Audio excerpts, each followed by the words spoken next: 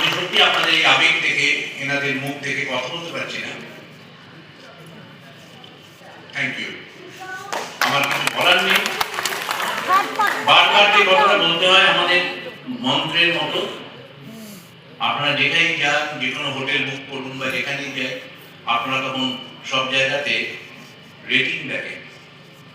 আমাদের জগৎটা এমন এসে পৌঁছেছে, রেটিং সর্বস্ব হয়ে গেছে। আমরা অনুরোধ করবো, যদি যারা বুক মাই শোতে বুক করেছেন, একটু বাড়ি ফেরার সময় রেটিংটা দেবেন। আর যাদের ভালো লেগেছে অবশ্যই মানুষের গল্প তো আর ইটি এসে বলবে না, আমাদেরকেই বলতে হবে।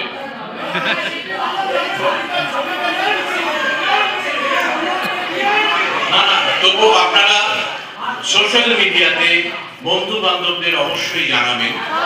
এই একটা ছবি শুধু আপনাদের ভালোবাসার উপর ভর করে এসেছে, এই কারণে সারা শহরে কোনো হোর্ডিং দেখতে পাবেন না। সারা শহরে কোথাও কোনো ডিজিটাল হোর্ডিং বা কোনো কিচ্ছু নেই। সামান্য কিছু পোস্টার লাগানো হয়েছে, যেগুলো বর্ষায় ধুয়ে গেছে।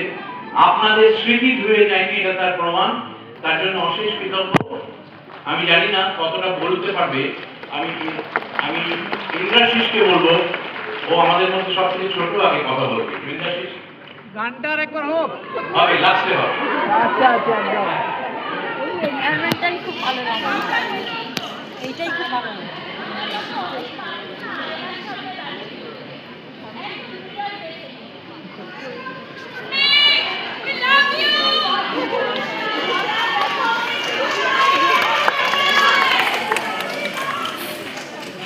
অনেক ধন্যবাদ।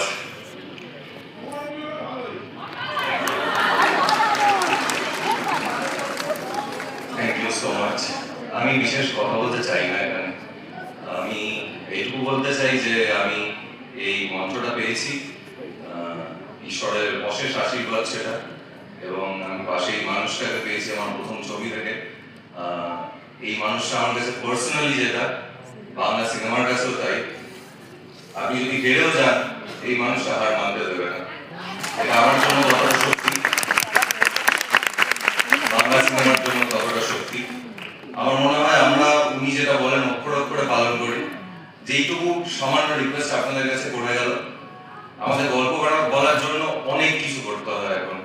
আপনারা এই সামান্যটুকু যদি করেন, তাহলে এই হাততালিগুলো ভীষণ ভীষণ ভাবে কৃতজ্ঞতা পাবে। Thank you so much. এবারে